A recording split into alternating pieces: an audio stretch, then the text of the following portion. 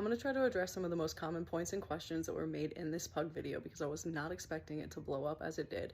And I'm going to do it while this video of pugs running agility plays behind me. Start off by reiterating again that you have probably never met a well-bred pug. And yes, that holds true even if you work in veterinary medicine, probably especially if you work in veterinary medicine, because the ones that are going to be coming to you most frequently are going to be the poorly bred ones that have health issues. Pugs are a very popular breed, and as such they are overrun with backyard breeders, so chances are you have probably only ever met a poorly bred pug. Probably only ever met poorly bred versions of most breeds, unless you were getting out there in the community, going to dog shows, going to sporting events, going to health clinics, and meeting these good examples of their breeds. These stick out so much more to you because the repercussions of this bad breeding can be more devastating than in other breeds. It is unfair to act like you know everything there is to know about their well-bred counterparts when all you have ever had interaction with are the poorly bred ones. As I said before, there are well-bred pugs out there. They are healthy, they are happy, they can breathe just fine, they're active little dogs. This leads me to a commonly asked question. Ethical breeders achieve this not by breeding for a longer muzzle,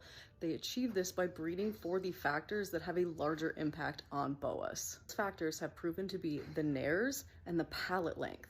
And by breeding for those appropriately sized features, they have dramatically reduced the incident rate of boas in these well-bred dogs. Now, boas testing is a relatively new thing, and we are still working on improving because that's what ethical breeders do. They work to improve the overall health of the dog because no dog is perfect. However, when you look at the boas testing stats from Cambridge University, some 85% of all pugs, French bulldogs, bulldogs are clinically unaffected by boas. Another point that so many of you brought up is that, well, we should just change the standard.